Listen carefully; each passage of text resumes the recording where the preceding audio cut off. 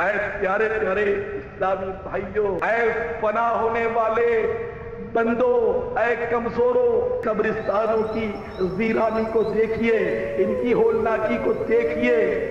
اور غور کیجئے کہ کیا اس قبرستان میں ہم جیتے جی بھی تنہا رہ سکتے ہیں؟ جب جیتے جی تنہا نہیں رہ سکتے تو مرنے کے بعد جب کہ سارے عزیز چھوٹ چکے ہوں گے، یار دوست چھوٹ چکے ہوں گے، ساری رنگینیاں دنیا کی نگاہوں سے اوجھل ہو چکی ہوں گی، تو کیا ہم اندھیری قبر میں تنہا رہ سکیں گے؟ ان قریب موت کا مزہ چکھنے والوں، نہ ہمارے پاس عمل کا توشہ ہے، نہ کوئی اعلیٰ کردار ہے، نمازیں ہم سے نہیں پڑھی جاتی، رمضان کے روزے ہم سے نہیں رکھے جاتے، زکوٰۃ ہم پوری ادا نہیں کر پاتے، ماں باپ سے حسن سلوک ہم نہیں کر سکتے، اور بندوں کے حقوق ہم سے ادا نہیں ہو سکتے، رات دن گناہوں میں گزر رہے ہیں۔ اگر اسی طرح گناہ کرتے کرتے یک بارگی موت کا پیغام آ پہنچا، اگر قبر میں اٹھا کر ڈال دیا گیا تو قبر کی پہلی رات ہم پر کیسے بیتے گی؟ ارے سنو سنو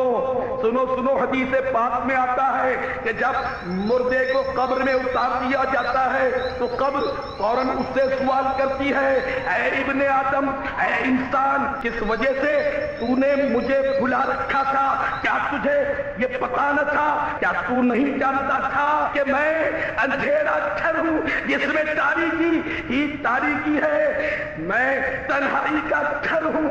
تو اے انسان، آخر کس وجہ سے تو زمین پر اکڑ اکڑ کر چلتا تھا؟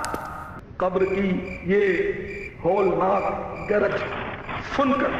اگر وہ مردہ کسی نیک بندے کا ہے تو ایک غیبی آواز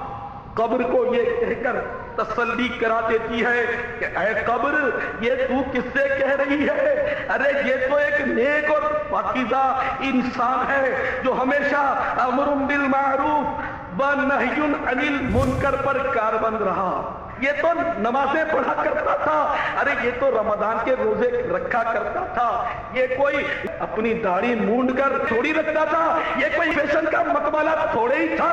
یہ کوئی سود اور رشوت کا لین دین تھوڑا ہی کرتا تھا، یہ کوئی ڈنڈی مار کر کاروبار تھوڑے ہی کیا کرتا تھا، یہ لوگوں کو دھوکہ تھوڑے ہی دیا کرتا تھا، ارے یہ تو ماں باپ کا فرما بردار تھا، ارے یہ تو اپنی اولاد کو دین کی تعلیم دیتا تھا، سنتیں سکھاتا تھا، یہ چاہتا تھا کہ سارے لوگ نیک بن جائیں، سینما گھر ویران ہو جائے، فلموں اور ڈراموں کا خاتمہ ہو جائے، کوئی مسلمان گانے نہ سنے۔ اے قبر، یہ تو موت کو یاد کرتا تھا، یہ تو قبر کا تذکرہ سن کر کبھی کبھی رو بھی پڑتا تھا، یہ خوف خدا رکھنے والا تھا، یہ عشق مصطفیٰ رکھنے والا تھا۔ جب قبر کسی غیبی آواز کی صفائی سنتی ہے تو کہتی ہے اچھا یہ بات ہے تو یہ لو، میں تو اس پر گلزار بن جاتی ہوں، اور پھر وہ قبر اس پر گلزار بن جاتی ہے، اور اس مرنے والے خوش نصیب کا جسم جو ہے وہ نور سے منور ہو جاتا ہے، اور اس کی روح آسمان کی طرف پرواز کر جاتی ہے۔ یہ دنیا سراپا عبرت ہے، اگر تو دنیا کی رنگینوں میں کھو گیا تو مارا جائے گا۔ ارے نادان سن، اے رنگرلیاں منانے والے سن، ہوشیار ہو جا ورنہ مارا جائے گا، بڑا پچھتائے گا۔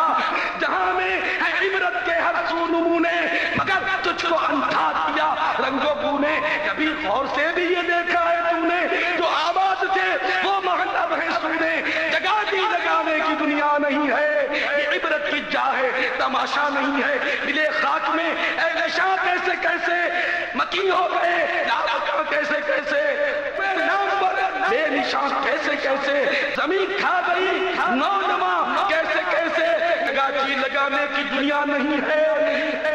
یہ عبرت کی جا ہے تماشا نہیں ہے۔